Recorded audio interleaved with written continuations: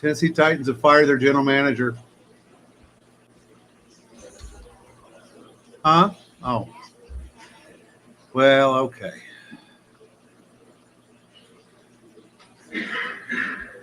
Yeah, slack.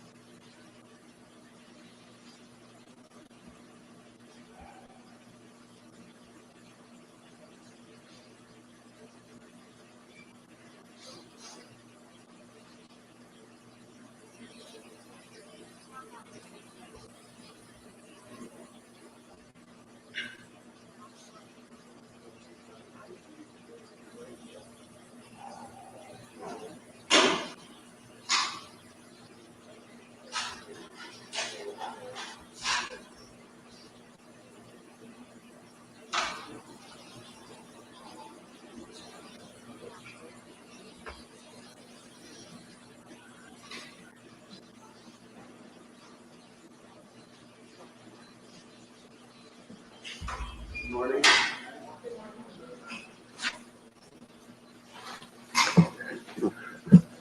Thank you very much.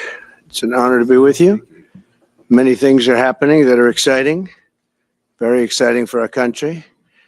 And we're honored to welcome one of the most respected business leaders in the Middle East, indeed the world.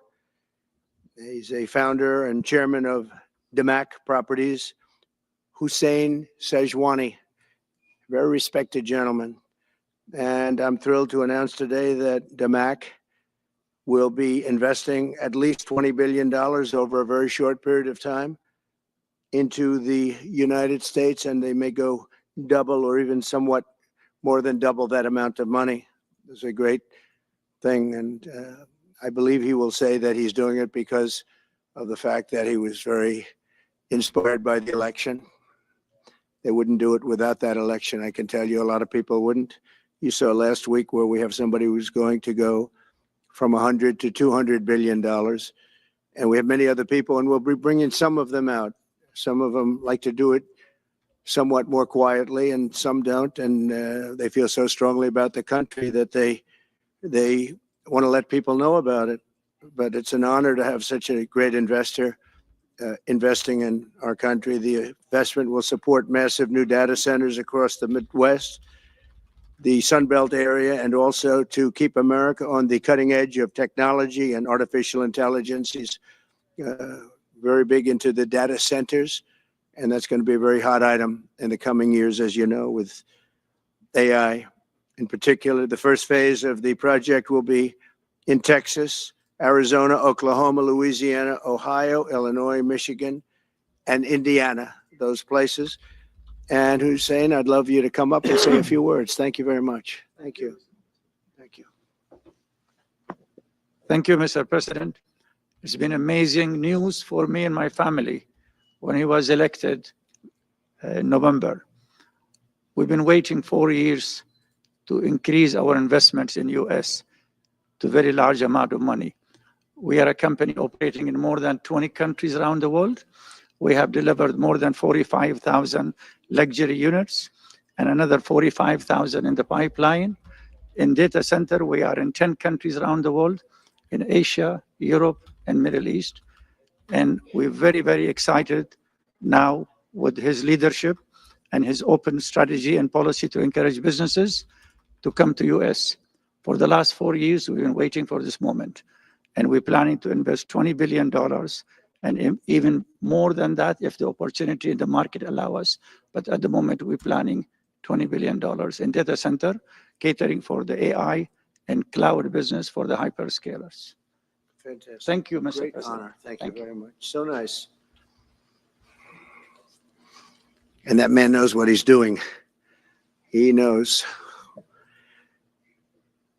So, Hussein, we're going to work with you and make sure everything goes smoothly. We have powers that haven't really been used in terms of environmental. If you invest over $1 billion in the United States, we're going to give expedited reviews to everybody because everyone's afraid they're going to come in and get caught in the quagmire, which is very prevalent in the United States, unfortunately, the quagmire of environmental and various other regulations and rules. And I made it a point of telling people, if you invest $1 billion or more, and we'll do this for people with far less too, but we guarantee it. We're going to move them quickly through the environmental process. Sometimes people held up 12, 13, 14, 15 years. I saw it with plants in Louisiana where I got it approved in literally a week. They were through the review in 1 week after spending 14 and a half years trying to get it, and they were going nowhere. It was a terrible thing. So I've been a victim of that myself over the years. And I think I know all the games and all the tricks that are played.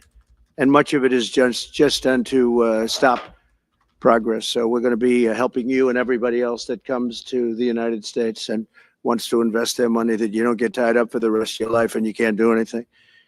This commitment further underscores that many of the greatest business leaders on earth are seeing a very bright economic future for America since the election. As you know, a lot of positive things have happened. We are inheriting a difficult situation from the outgoing administration, and they're trying everything they can to make it more difficult.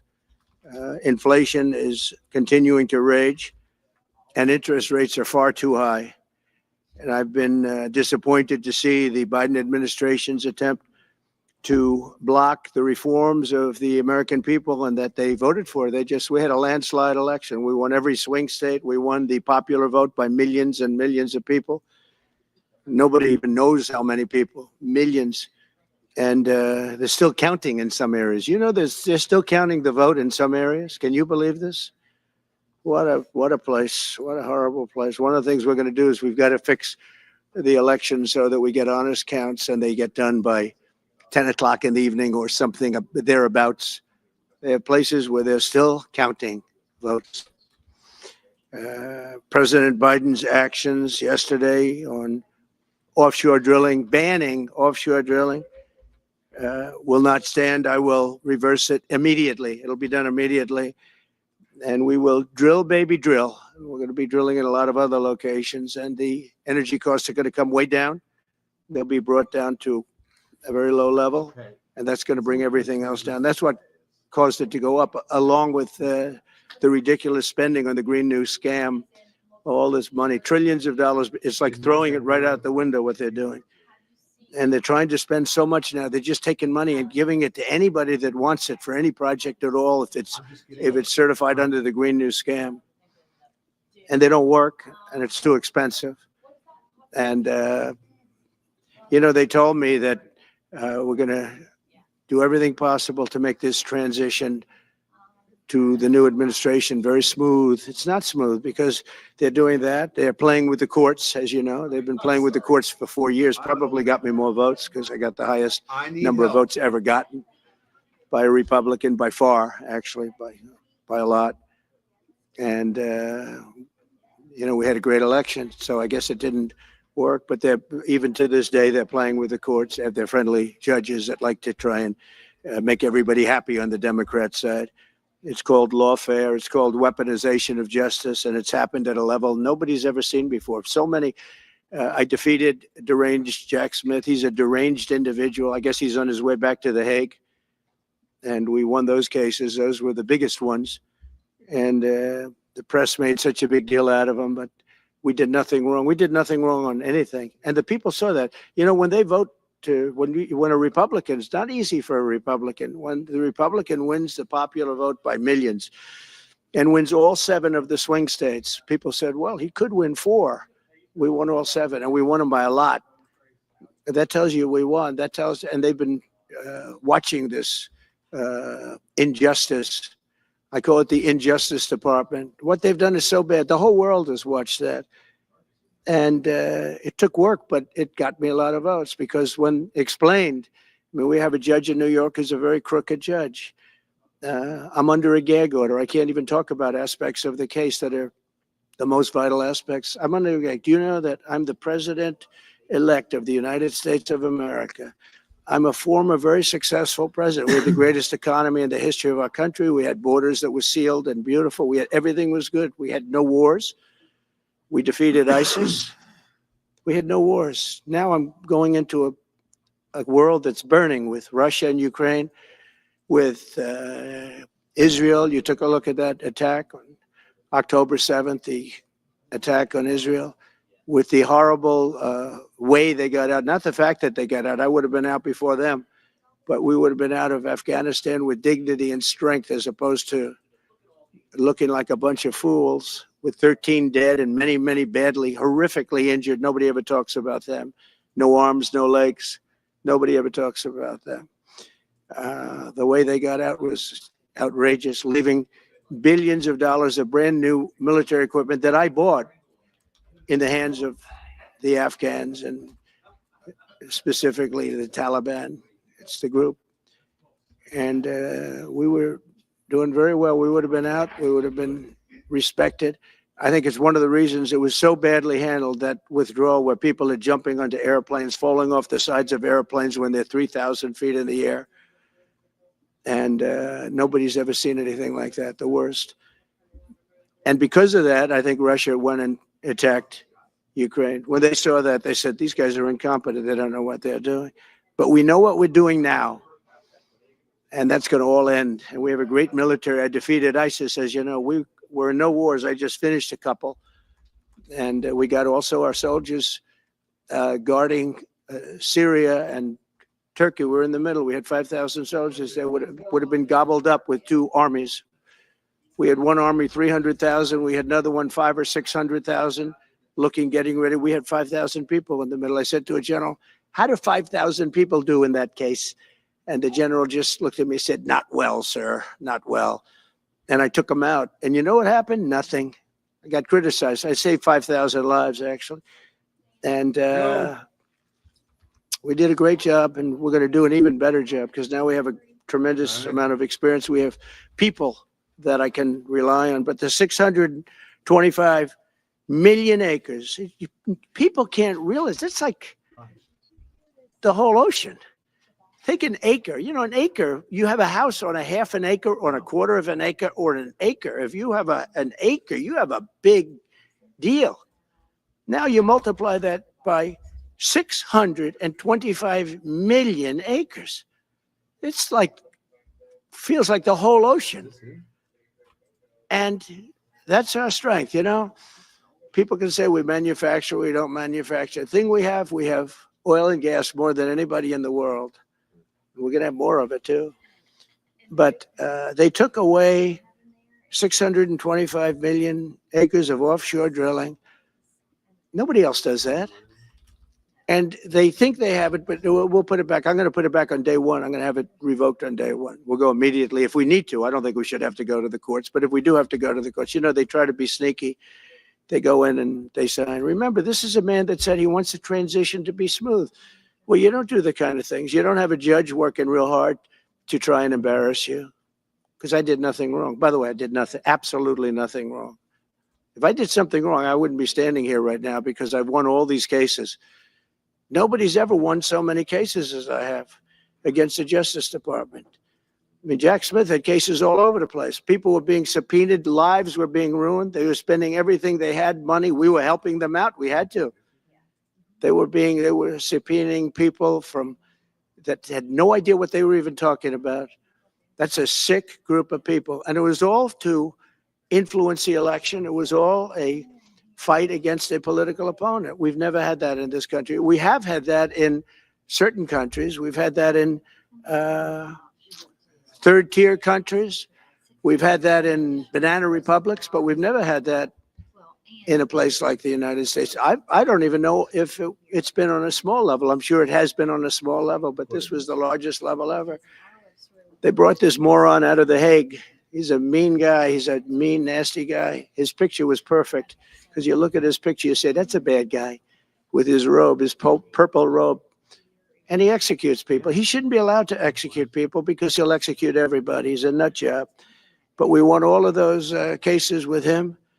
And I mean, I don't know the judge in Florida, but we had a brilliant judge in Florida that saw right through it. And we won the case. She was a brilliant judge with great courage. You know, the left, as we call them, the radical left, they have a way, they play the ref, and they play it very hard. They play the ref. They go and say horrible things about judges and prosecutors. And some judges and prosecutors say, look, the only way I'm going to get these people off my back is to give victory to them.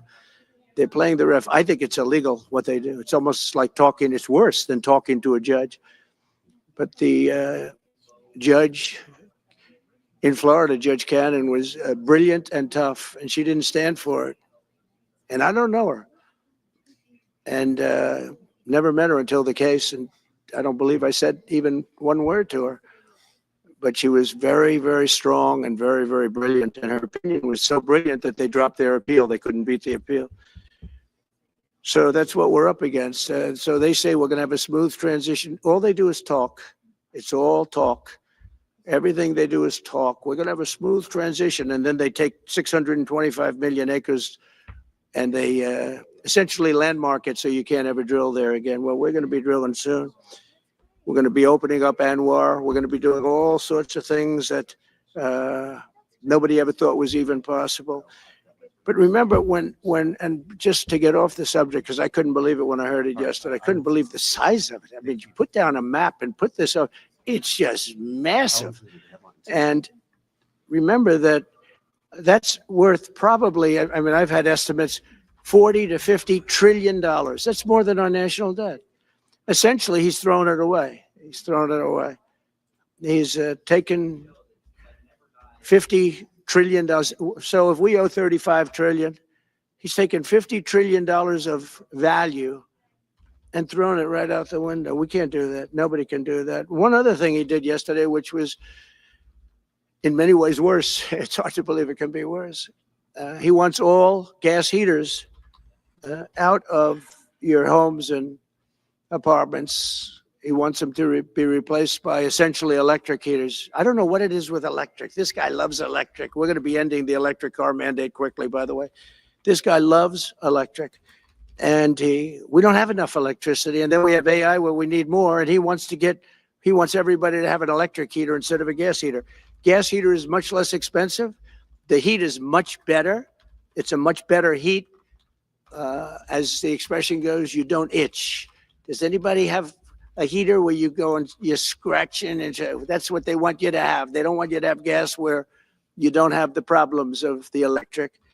And the source is plentiful. They're much cheaper to operate. They're much better. They work much better. They look much better.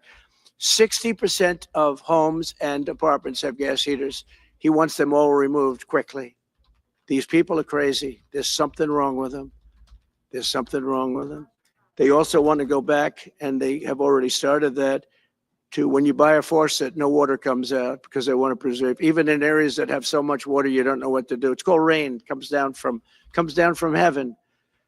And they want to do, no water comes out of the shower. It goes drip, drip, drip. So what happens? You're in the shower 10 times as long, you know. No water comes out of the faucet. You want to wash your hands. They want to go back to even stronger than what they have right now. As you know, I ended that policy. You can have all the water you want. Makes no difference. It comes weird, especially in certain areas. We have so much water, we don't know what to do with it. But these are all things. They want very, very little water to go into your dishwasher, almost none. And you know what people do? They just keep pressing, keep it going. They end up using more water. Likewise, washing machines. They want in your washing machine to have very little water coming out of the washing machine. So when you wash your clothing, you have to wash it 4 times instead of once. You end up using more water. It's really all about common sense. On January 20th, we'll turn the economy around very quickly, because right now when I think of our economy, I think about inflation. That's what we have. We have inflation. I believe at a level that we never had before. There's never been anything like it. And over the next 4 years, the United States is going to take off like a rocket ship. But really, it's already doing it. If you take a look, just last month, SoftBank announced the $200 billion. I think it'll be 200. He said between 100, and I said, how about making it 200? Sure. And he sort of said yes, but let's say it's 100, but it might be 200, right, Brian? Dollars, United States, creating more than 100,000 jobs. Hussein just announced a tremendous investment that he's going to make, and that's money that's in the bank. He's going to come and do it, and he'll do a great job, and he'll build the best centers in the country, I guarantee, because I know the way he builds. Since my election, the stock market has set records. The S&P 500 index has broken above 6,000 points for the first time ever, never even close. In a single month, small business optimism soared 41 points. It's not a 41. It went up 41 points. And that's the largest in the 39-year history of the group that does it. According to Gallup, the American people's confidence in the economy has just surged to the highest level in history. That's why I have a news conference like that. I take the greatest business leaders in the world. I say, hey, do you want to say you're going to invest the money? They're not looking for news conferences. They're saying, what am I doing here? They go in and they invest money, but it's good to know where the smartest business people in the world are investing, and they're investing in the United States. So we've done this all in 2 months of not being there. We haven't been there. And it's pretty amazing. And we think we're going to do some really great things, really great things. We're being respected again all over the world. The Panama Canal is a disgrace, what took place at the Panama Canal. Jimmy Carter gave it to them for $1. And they were supposed to treat us well. I thought it was a terrible thing to do. It's the most expensive structure ever built in the history of our country, relatively. It would be the equivalent of substantially over $1 trillion today. We lost 38,000 people. Think of it, 38,000 people, they died from malaria, mosquitoes. They were unable to stop the mosquitoes. They paid people 5 times more to take the job. Many of those people died. We gave it away for $1. But the deal was that, they have to treat us fairly. They don't treat us fairly. They charge more for our ships than they charge for ships of other countries. They charge more for our Navy than they charge for navies of other countries. They laugh at us because they think we're stupid, but we're not stupid anymore. So the Panama Canal is under discussion with them right now. They violated every aspect of the agreement, and they morally violated it also. And they want our help because it's leaking and not in good repair. And they want us to give $3 billion to help fix it. I said, well, why don't you get the money from China? Because China's basically taken it over. China's at both ends of the Panama Canal. China's running the Panama Canal. And they come to see this Biden, this guy who should never have been allowed even to run for president. Of course, she shouldn't have either, because that never happened. It had to be 2 people, not 1. But they want $3 billion to fix the Panama Canal that's run by China and makes a lot of money, China. One of the most profitable structures ever built, because you have ships lined up back to Florida, frankly, and they just keep going through. And the numbers are staggering, $500,000 to $1 million a ship. And they took it away from us, meaning we gave it to them for $1. But not going to happen. What they've done to us, they've charged us, they've overcharged our ships, overcharged our Navy. And then when they need repair money, they come to the United States to put it up. We get nothing. Those days are over.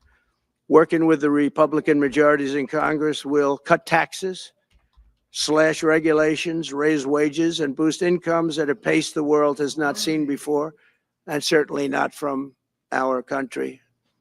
We had a big chunk of it for the first 3 years prior to COVID coming in my administration. We had the greatest economy in history. We cut the most regulations in the history of our country, and I did that all in 4 years.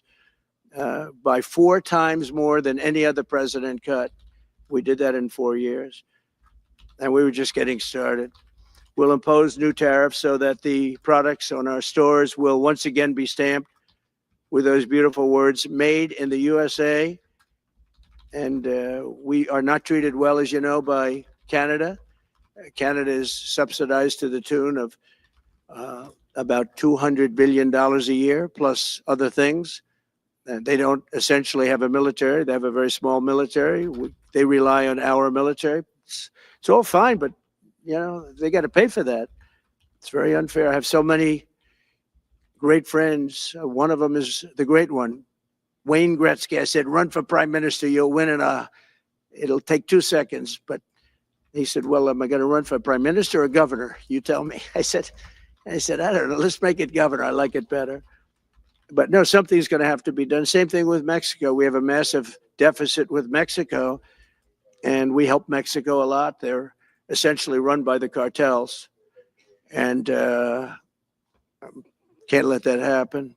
Mexico's really in trouble, a lot of trouble. Very dangerous place. And we're going to be announcing at a future date pretty soon. We're going to change, because we do most of the work there and it's ours.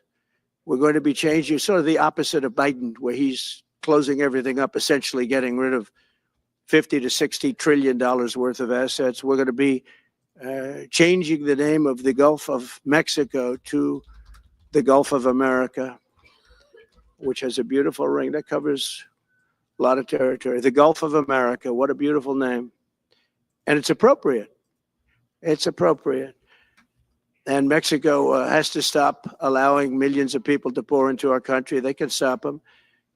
And we're going to put very serious tariffs on Mexico and Canada, because Canada, they come through Canada too. And the drugs that are coming through are at record numbers. So we're going to make up for that by putting tariffs on Mexico and Canada, substantial tariffs.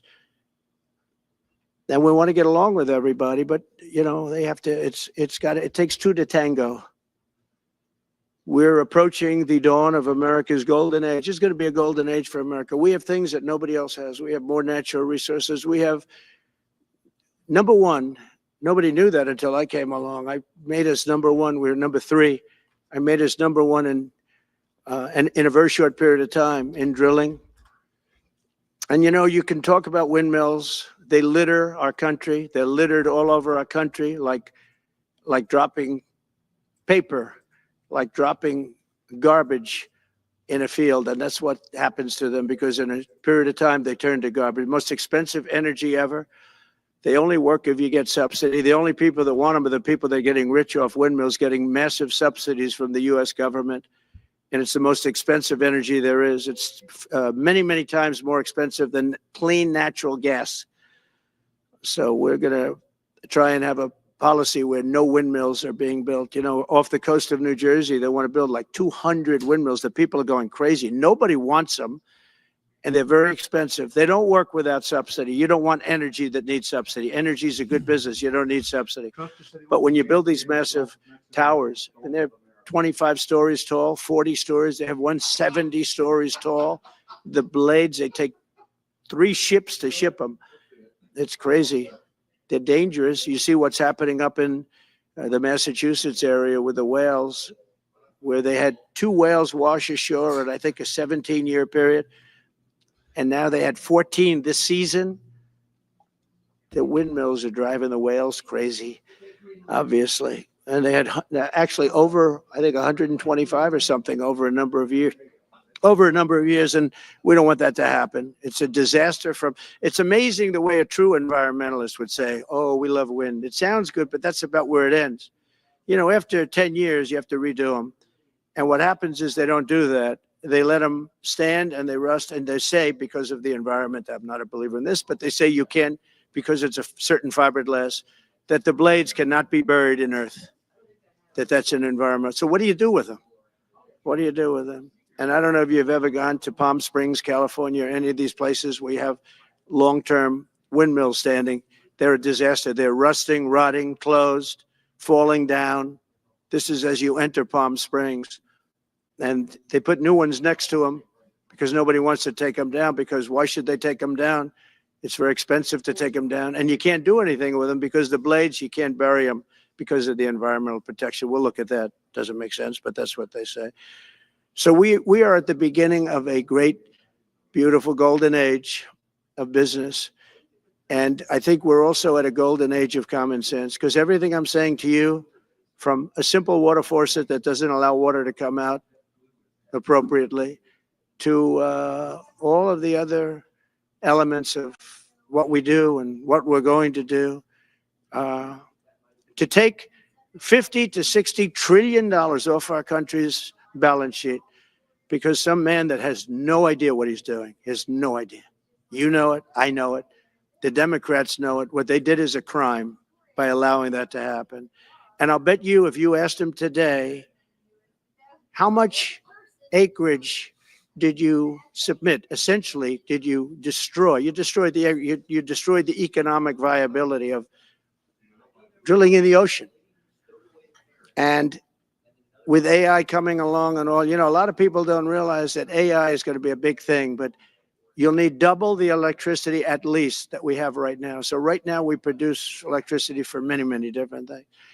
AI is a very big deal in terms of the future. China is already building electric facilities, big, bold electric facilities. And you know how they're being fired up? With coal. They're being fired up with coal. And we're going to build bigger and better ones.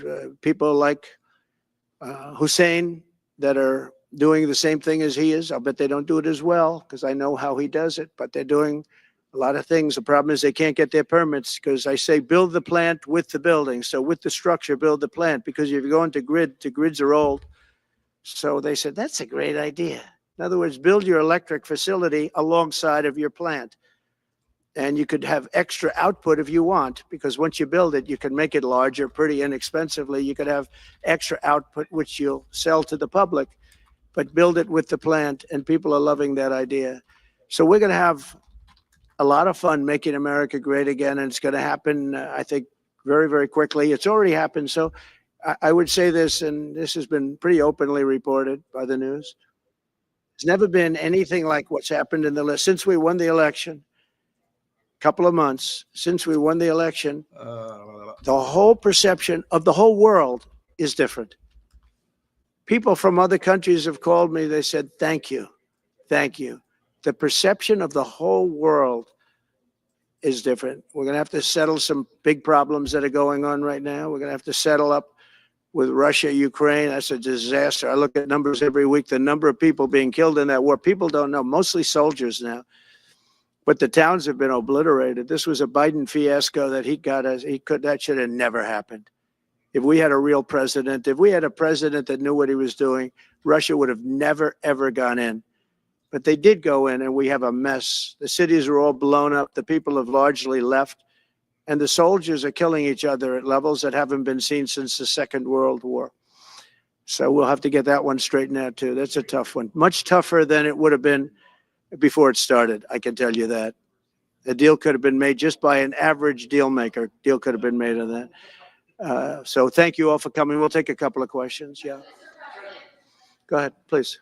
President, thank you. Wanted to touch on the world on fire that you mentioned, but let's start, if we could, with your references to Greenland and the Panama Canal, so forth. Can you assure the world that as you try to get control of these areas, you are not going to use military or economic coercion? No. And can you tell us a little bit about what your plan is? Are you going to negotiate a new treaty? Are you going to ask the Canadians to hold the vote? What is the strategy? Yeah, I can't assure you. You're talking about Panama and Greenland. No, I can't assure you on either of those two. But I can say this. We need them for economic security. The Panama Canal was built for our military. I'm not going to commit to that now. It might be that you'll have to do something. Look, the Panama Canal is vital to our country. It's being operated by China. And we gave the Panama Canal to Panama. We didn't give it to China. And they've abused it. They've abused that gift. It should have never been made, by the way. Giving the Panama Canal is why Jimmy Carter lost the election, in my opinion, more so maybe than the hostages. The hostages were a big deal. But if you remember, and nobody wants to talk about the Panama Canal now because, it's inappropriate, I guess, but because it's a bad part of the Carter legacy. But he was a good man. Look, he was a good man. I knew him a little bit, and he was a very fine person. But that was a big mistake. Giving the Panama Canal to Panama was a very big mistake. We lost 38,000 people. It cost us the equivalent of $1 trillion, maybe more than that. Probably the most expensive. They say it was the most expensive structure, if we call it a structure, which I guess you can, ever built. And giving that away was a horrible thing. And I believe that's why Jimmy Carter lost the election, even more so than the hostages. Those two things. Follow up on Ukraine and Iran, the two negotiations you'll be heading into. On Ukraine, you said just before it's a lot more complicated now. Much more complicated. Do you believe? Because it would have never started. Right, but it has started. It's you. Well, not only started, the cities are largely knocked down. So they're you've got like, what you've got at this point. Would you, to hold on to leverage in dealing with President Putin, would you make a commitment to the Ukrainians that you will keep supporting them during the negotiations? well, I wouldn't tell you And if would that you- were and the would you case. make a commitment to provide a security guarantee if they do enter into a armistice Yep. or a ceasefire Yeah. along the lines that the French and the Germans? So, a big part of the problem was Russia for many, many years, long before Putin said you could never have NATO involved with Ukraine. Now, they've said that that's been like written in stone. And somewhere along the line, Biden said, no, they should be able to join NATO. Well, then Russia has somebody right on their doorstep, and I could understand their feeling about that. But there were a lot of mistakes made in that negotiation. And when I heard the way that Biden was negotiating, I said, you're going to end up in a war. And it turned out to be a very bad war. And it could escalate. That war could escalate to be much worse than it is right now. They can never join NATO. Well, my view is that it was always understood. In fact, I believe that they had a deal and then Biden broke it. They had a deal which would have been a satisfactory deal to Ukraine and everybody else, but that Biden said, no, you have to be able to join NATO. And that's always been, and nobody knows more about NATO than I. Years ago when I first started this, I didn't know too much about NATO, but I got it right anyway. I said, they're taking advantage. I'm the one that got, and the Secretary General was here, as you know, 2 weeks ago, saying that if it weren't for me, NATO wouldn't even exist right now, because I raised from countries that weren't paying their bills. At that time, 28 countries, 20 of them were not paying their bills, 21 to be exact. They weren't paying, or they were paying a very small portion. And I raised over $680 billion. That was the number he gave, by saying, if you don't pay, we're not going to protect you. And as soon as I said that, the money came pouring in. But Obama could have said it. Other people could have said it. Bush could have said it. Nobody said it but me. That too, by the way. I took a lot of heat. They said, oh, that's a threatening statement. Well, they weren't paying their What's bills. up? I said, we're not going to protect you if you're not paying the bills. Oh, I got it spelled wrong. So- too. Are you changing it? In a true sense, Okay, the I word saved eventually NATO, is but misspelled. NATO's taken advantage of us. And one of the problems that I have, and I've What's the said it openly, I said it to President Zelensky, Europe is in for a tiny fraction of the money that we're in. Now, whether you like that situation or not, Europe is much more affected than the United States. We have a thing called the ocean in between us, right? Why are we in for billions and billions of dollars more money than Europe? And they're a similar size, a little smaller, but they're a similar size economy as the United States when you add them up. And yet Europe is in for a small fraction of the number the United States is in. Now, Biden could have called them up during the term. That's what I did. I said, you have to pay your bills. And they all, one stood up. I won't say who, you'll probably have it, because the papers, the media hated to report on it.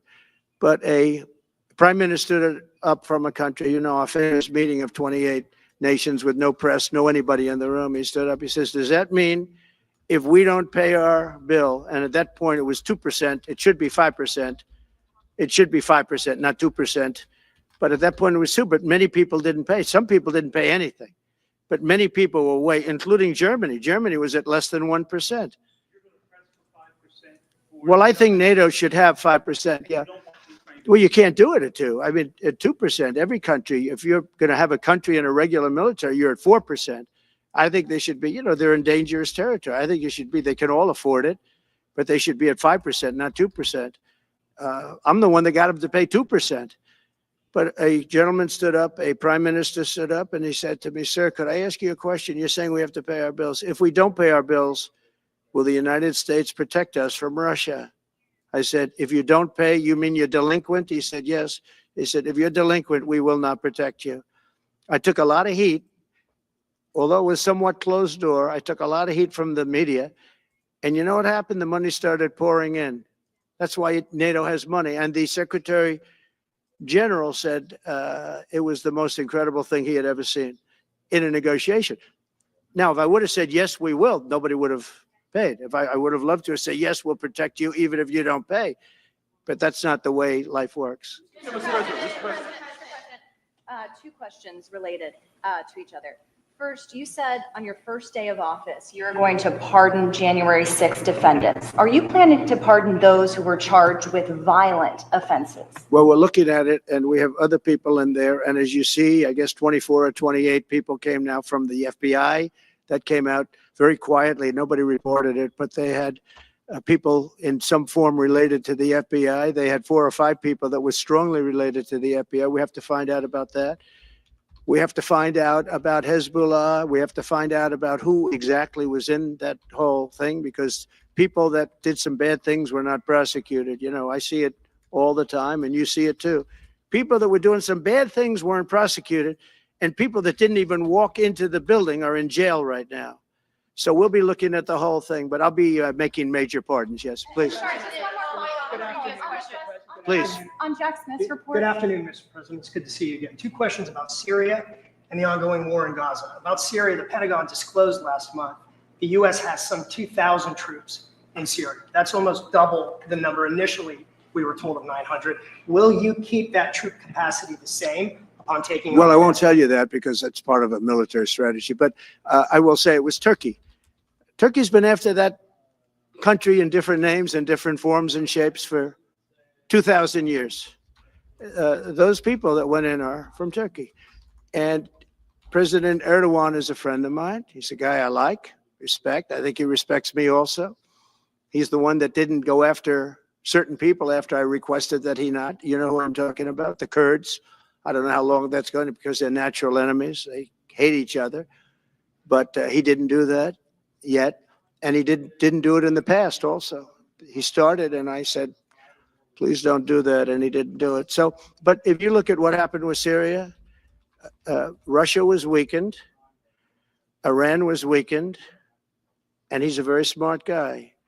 And he sent his people in there through different forms and different names, and they went in and they took over, and that's the way it is. I'm sorry, I don't mean to interrupt you. Do you have concerns about HTS taking control of By the way, I Syria? have the envoy here. Is that in the back? Standing with my son, Eric, is Steve Witkoff, who's just got back from the Middle East, and he's done a fantastic job. He's a great deal maker.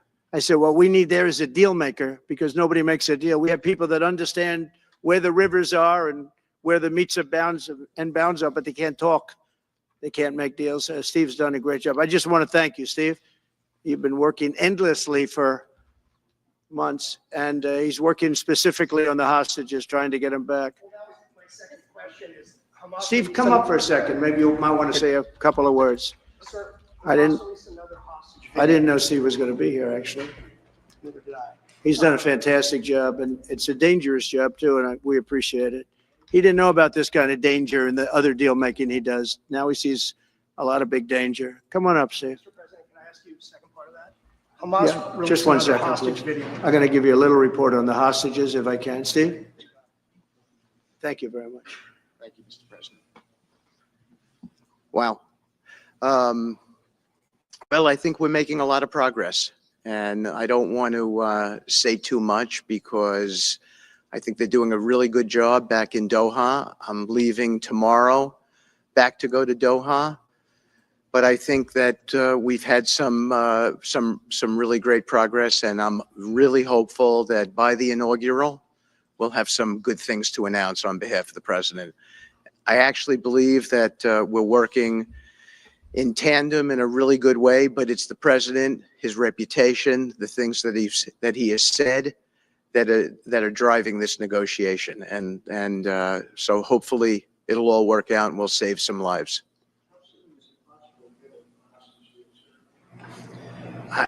I believe we've been on the verge of it. I don't want to discuss sort of what's delayed it. There's no point to be negative in any way. But I think it's the president, his stature, what he said he expects, the red lines he's put out there, that's driving this negotiation. I'm going back probably either this evening or tomorrow night. Are you confident there'll be a deal before January 20th, or is that something that's likely to happen? If there's a deal even at all, we've been hearing this now for the better part of. I know. I would say It better be. right. I would say that the president is exasperated. I don't want to talk for him, but look, I don't know anyone who delegates better than President Trump. He gives us a lot of authority to speak on his behalf, and he exhorts us to speak emphatically. And emphatically means you better do this, because the alternative. Do you think they're waiting for President Trump to take office? No, I think they heard him loud and clear. Better get done by the inaugural. But when you say all hell will be Before I paid, take office. that all hell must be paid if they don't release the You know what that hostages. means, don't you? Well- Do I have to define it for you? Look, No, all I know hell you're not will gonna break out. telegraph If what those hostages aren't back, I don't want to hurt your negotiation. If they're not back by the time I get into office, all hell will break out in the Middle East. Can you elaborate? And it will not be good for Hamas, and it will not be good, frankly, for anyone. All hell will break out. I don't have to say anymore, but that's what it is. And they should have given them back a long time. They should have never taken them. There should have never been the attack of October 7th. People forget that. But there was, and many people are killed. They're no longer hostages. I have people from Israel and others calling, begging me to get, we had also people there from the United States, just so you know. They're holding some so-called hostages from the U.S. But I've had mothers come to me and fathers crying, can I get the body of their son back? Can I get the body of their daughter back? That beautiful girl where they threw her in the car, pulled her by her ponytail and threw her in the car like she was a sack of potatoes. I said, what happened to her? Sir, she's dead. Like a 19, 20-year-old beautiful girl. And the way they treated her. And I just say it this very simply.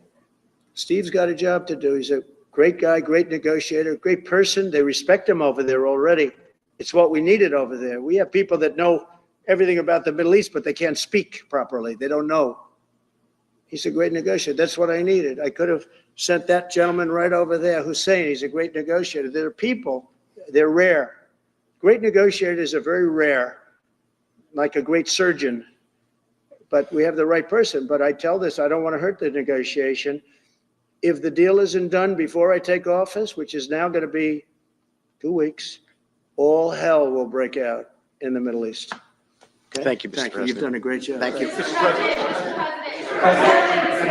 More than 140 police officers were injured by rioters on January 6th. Will you pardon anyone who attacked a police officer? Well, the only one that was killed was a beautiful young lady named Ashley Babbitt. She was killed. And there was actually somebody else that was killed, also a MAGA person, but people don't give it 100% credibility. I'm going to find out about it. We're going to find out. But Ashley Babbitt was killed. She was shot.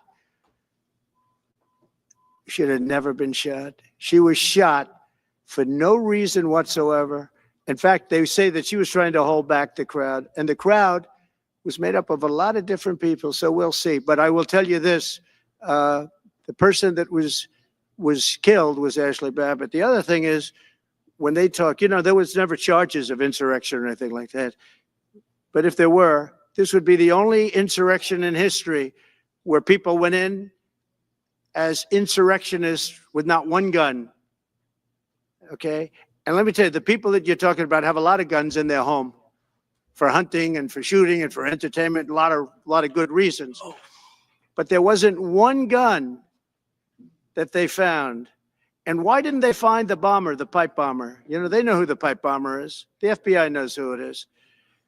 The status of the FBI has gone down so far, and the status of the DOJ, or as I call it, the Department of Justice, it's the Department of Injustice, being laughed at all over the world.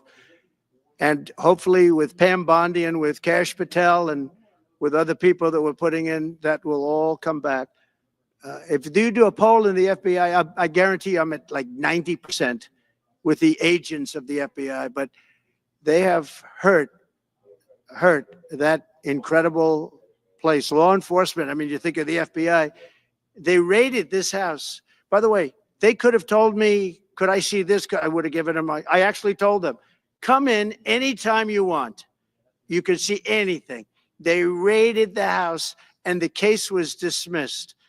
And now I'm in litigation. I'm suing them for doing that. And I feel so badly doing it. I'm the president of the United States and I'm suing the United States, but I'm suing them for other things too. The FBI has gone so, its reputation has been so horribly hurt between Comey, who is the worst, and all of the others. What's happened to the FBI is, and we're going to make it great again. We're going to make the FBI great again. We're going to make the Department of Justice fair and strong, but fair again.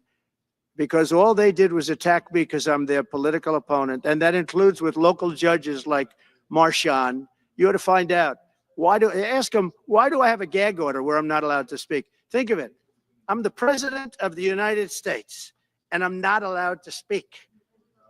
Why? Because if I did speak, people would understand the scam.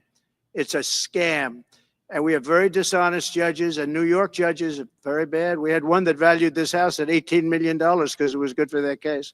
He actually valued that chandelier is worth more than $18 million.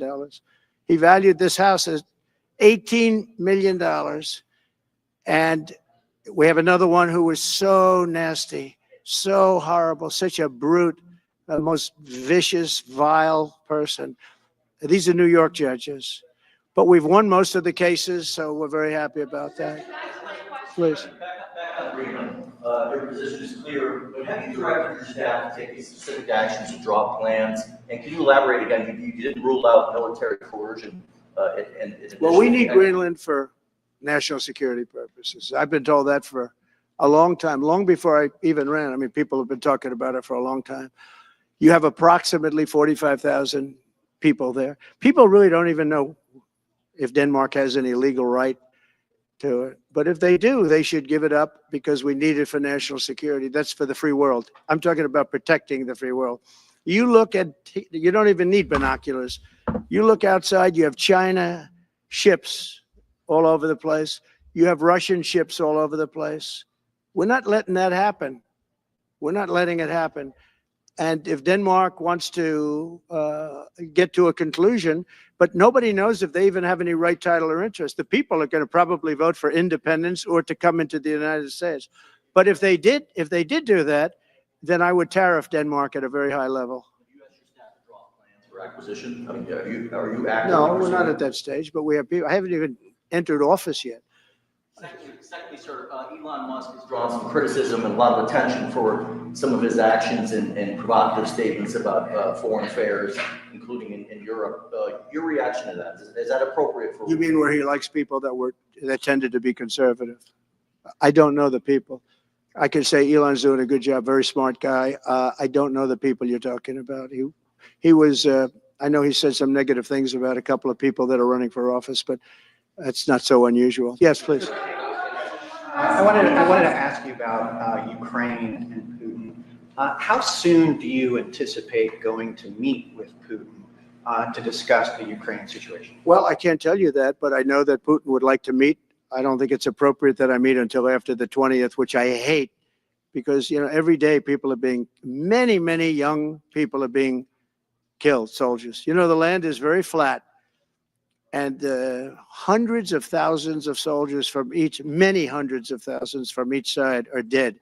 And they're laying in fields all over the place. Nobody to even collect. There's landmines all over. It's a disaster. But it's very flat. It's great. It's farmland. And it's very, very flat. And the only thing that stops a bullet is the human body. And the human body is stopping a lot of bullets. Within the first I hope to have 6 months. No, I hope long before 6 months. Look, Russia's losing a lot of young people, and so is Ukraine. and it should have never been started. That's a war that should have never happened. I guarantee you, if I were president, that war would have never happened. Who would you like to nominate to replace Michael Barr as vice chair of the Military Board? I'll be announcing somebody. We would work under the assumption that you're serious about making Canada the 51st state of the United States. The leader of the Conservative Party in Canada said, under no circumstance will it ever be the 51st Then state. maybe he won't win, but maybe he will. I don't. You had suggested. Listen, I don't care what he says. So real fast, you said you were considering military force to acquire Panama and Greenland. Are you also considering military force to annex and acquire Canada? No, economic force, because Canada and the United States, that would really be something. You get rid of that artificially drawn line, and you take a look at what that looks like. And it would also be much better for national security. Don't forget, we basically protect Canada. But here's the problem with Canada. So many friends up there. I love the Canadian people. They're great. But we're spending hundreds of billions a year to protect it. We're spending hundreds of billions a year to take care of Canada. We lose in trade deficits. We're losing massive. We don't need their cars. You know, they make 20% of our cars. We don't need that. I'd rather make them in Detroit. We don't need the cars. We don't need their lumber. We have massive fields of lumber. We don't need their lumber. We have to unrestrict them because stupid people put, restrictions on, but I can do that with an executive order. We don't need anything they have. We don't need their dairy products. We have more than they have. We don't need anything. So why are we losing $200 billion a year and more to protect Canada? And I said that to, as I called him, Governor Trudeau. I said, listen, what would happen if we didn't subsidize you, if we didn't, because we give them a lot of money. We help them. As an example, we're buying icebreakers, and Canada wants to join us in the buying of icebreakers. I said, we don't really want to have a partner in the buying of icebreakers. We don't need a partner. But no right. Nope, no right. Here's what we have. We have a right not to help them with their financial difficulties because we owe $36 trillion too. We're going to start knocking it out pretty fast, but we're going to be able to do it because of energy and other things. But no right. No right. But why are we supporting a country 200 billion plus a year? Our military is at their disposal. All of these other things, they should be a state. That's why I told Trudeau when he came down, I said, what would happen if we didn't do it? He said Canada would dissolve. Canada wouldn't be able to function if we didn't take their 20% of our car market. They send us hundreds of thousands of cars. They make a lot of money with that. They send us a lot of other things that we don't need. We don't need their cars, and we don't need the other products. We don't need their milk. We got a lot of milk. We got a lot of everything, and we don't need any of it. So I said to him, well, why are we doing it? He said, I don't really know. He was unable to answer the question. But I can answer it. We're doing it because of habit. And we're doing it because we like our neighbors and we've been good neighbors. But we can't do it forever. And it's a tremendous amount of money. And why should we have a $200 billion deficit and add on to that many, many other things that we give them in terms of subsidy? And I said, that's okay to have if you're a state. But if you're another country, we don't want to have it. We're not going to have it with European Union either. European Union, we have a trade deficit of $350 billion. They don't take our cars. They don't take our farm product. They don't take anything. And so we're not going to have it with them either. Brian, go ahead. Yes. Happy New Year, by the way. Thank you. We have some breaking news. You may not be aware of this, but it looks like Canon has blocked the DOJ from releasing the Smith's report until further court proceedings. Get your thoughts on that. That's a big story. Yeah. So if I get it right, the fake witch hunt started by the DOJ having to do with books and records, and Biden had many more, and he wasn't protected by the Presidential Records Act. I was. But all of that fake stuff that took the lives of people, I mean, literally destroyed people. People are destroyed because of what they did. Destroyed. But we got to be president. But Biden did it for 40 years. He did it when he was a senator. That was illegal. And they ruled it was illegal. How about that? They said, it's illegal, but he's unfit to stand trial. So he can stand and be president of the United States, but the prosecutor found that he's unfit for trial. I was going to use that as a major talking point, but I never got to use it because all of a sudden I had a new candidate who was also sort of unfit to stand trial, right?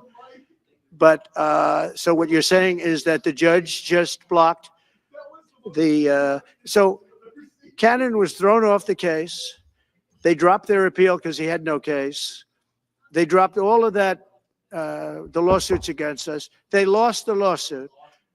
So this is deranged Jack Smith. So he dropped the lawsuits. He was told to by the DOJ because they had no lawsuit. They lost in court in front of a very strong and a very brilliant judge. They lost in court, and that pertained to other cases in other courts. So he wanted to do a report just before I take office, probably. So he'll do like a 500-page report, and it'll be a fake report, just like the investigation was a fake investigation. And I said, well, wait a minute. This guy was thrown off in disgrace. In disgrace. He's going back to The Hague or wherever they're going to send him. In disgrace. Because he failed so badly. Because it was a fake case against a political opponent. They thought they were going to use this to beat me.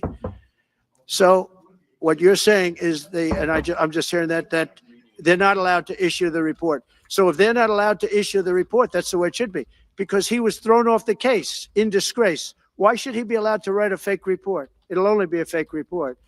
That's great news. Yeah. Good. And if I can just follow real quickly, you want to comment, many Americans are angry that we're sending millions of dollars every month to the Taliban. Do you anticipate? It's not even believable.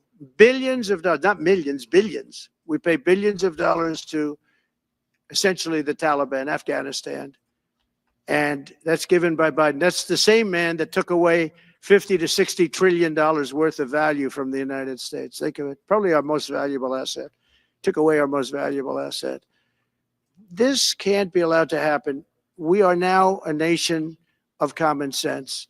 When he does that, 625 million acres, this can't be allowed to happen. Thank you for the information.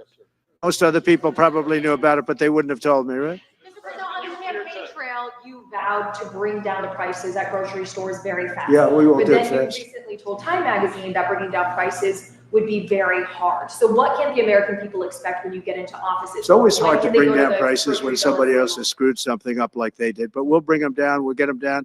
Energy is going to bring down prices. We're going to have a lot of energy, and energy is what brought it up. Energy and their bad spending is what brought it up, and energy is going to bring it down. We're going to have prices down. I think you're going to see some pretty drastic price reductions. As an example, food, bacon, ham, apples, everything has gone through the roof. It's one of the reasons I won. So as you know, I said it, inflation was one of the reasons I won, but I think the biggest reason I won was the fact that they are allowing prisoners to come into our country.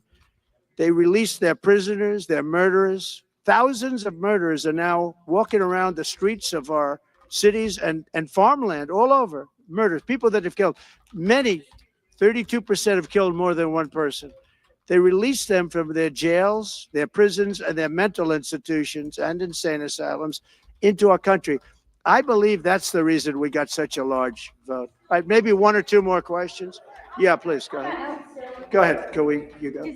So can you, President Carter is laying in state today in Washington. You had some harsh words for him about the Panama Canal. Is there any disconnect there? Do you feel a little bit bad about doing that on this day? No, I liked him as a man. I disagreed with his policy. So, hey, he thought giving away the Panama Canal was a good thing. I think it cost him the election.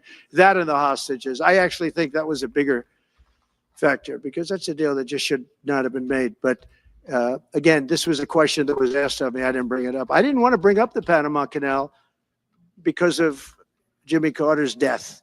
But people don't bring it up. But, you know, you and other people have asked me about it. No, it's a deal that I was very strongly against. I was a young guy when this took place. But just why would we spend all of that money, lose 38,000 people to malaria, the mosquito? They were dying. It was horrible what was happening. They paid them 4 times more than they would make in the United States, but they knew they were going to go over there and die. and they died in the jungles of malaria. There was nothing we could do to stop it. 30th, and then we gave it away for $1. Without getting your agenda through Congress, you appeared to open the door in your radio interview yesterday for a two-bill approach. Is it still your preference for one big, beautiful bill, as you have said? Well, I like one big, beautiful bill, and I always have, I always will. But if two is more certain, it does go a little bit quicker because you can do the immigration stuff early. Now, you have to understand, for immigration and for the wall, we won the case on the wall. You know, they tried to sell the wall for 5 cents on the dollar, by the way. And we had, fortunately, a judge that stopped that. But they were already discarding the wall. And 5 cents on the dollar. And you know what they were doing? They were calling us up and saying, we'll sell it back to you at 200 cents. In other words, double what we paid for it. So they were going to buy it from this guy for 5 cents on the dollar. They were making deals. Unfortunately, we had a very smart judge that stopped it cold. I think he called for an investigation too, and he should. But think of it. They were selling the wall that was exactly the wall that the Border Patrol wanted. That was designed by them. Steel, concrete, rebar, exactly as they want. Very, very heavy steel, very powerful steel, hard to cut.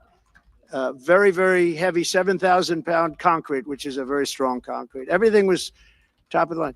Very expensive. Would be double what we paid for it then, 6 years ago. But let me just tell you, they were selling it for 5 cents on the dollar to people. And those people were calling us, asking us to pay them 200 cents because it's a good deal because we can have it immediately. And you know what immediately is? Just leave it in place. No. The papers haven't written that, though. That deal is like all the other things that these people do. These people either hate our country or they're very stupid. And I don't believe they're stupid because nobody can cheat on elections like they cheat and be stupid. They either hate our country or they're stupid. So remember what I said, because nobody wants to report it. They were selling the wall for 5 cents on the dollar and trying to resell it back to us for 200 cents or less, but for 200 cents on the dollar. That's a nice return. Meta announced that it will stop putting fact checks on posts on its website. And Meta said today it would stop putting fact checks on its website and instead allow community. Yeah, well, I watched their news conference, and I thought it was a very good news conference. I think they've come a long way. Meta, Facebook. I think they've come a long way. I watched it. The man was very impressive. I watched it. Actually, I watched it on Fox. I'm not allowed to say that. Say it? Do you think he's directly responding to the threats that you have made to him in the past? With Probably. Yeah, probably. The last time you were here, you were asked a question about the U.S. possibly launching a preemptive strike on Iran. You said you wouldn't answer that question. Who? Obviously, on Iran. The U.S. launching a preemptive strike on Iran's nuclear facilities. And I said, I don't talk about it. It's a military strategy. But it is a legitimate question. It's something that. Well, it's not really, because only a stupid person would answer it. Look, it's a military strategy, and I'm not answering your questions on military strategy. All right, one more. Brian, go ahead. Brian. Could you give us a preview of what you might be talking to leaders of Congress who are expected to come here in the next couple of days? And you've got a very supportive Congress behind you. Yeah, they're great. So we have a wonderful Republican Congress. We have a leader that I have a lot of confidence in. I think he's going to be hopefully a great leader, a great speaker. And we have a leader, by the way, in the Senate, I think has been great. John Thune has been doing a fantastic job. But it goes through the House first. And the question is whether or not we do the two bills or one bill. And, you know, look, I can live either way. I like the idea of the one big bill, but I can live either way. But they'll be coming down. The senators also will be coming down. And then ultimately we'll be meeting in the White House in a few weeks. But right now, this is the winter season. You know, they sort of call this the winter White House. It was built, I don't know if you know this, Marjorie Meriwether Post and E.F. Hutton built this. It was the greatest of all the estates in our country. And I saved it, and I got a lot of credit for saving it. Most of these big, great houses have been knocked down in Palm Beach, just about all of them, actually. And they, you know, you built 10 mansions on one site, but we saved it. But this was built as the Southern White House, and she gave it to the government. And By the way, Jimmy Carter gave it back. He said it's too expensive for the United States. So I didn't realize that. I was just told. Actually, Jimmy Carter, Nixon was through Watergate. He came down. Nixon came here once, and he thought it was incredible. But he had a thing called Watergate, if anybody remembers that.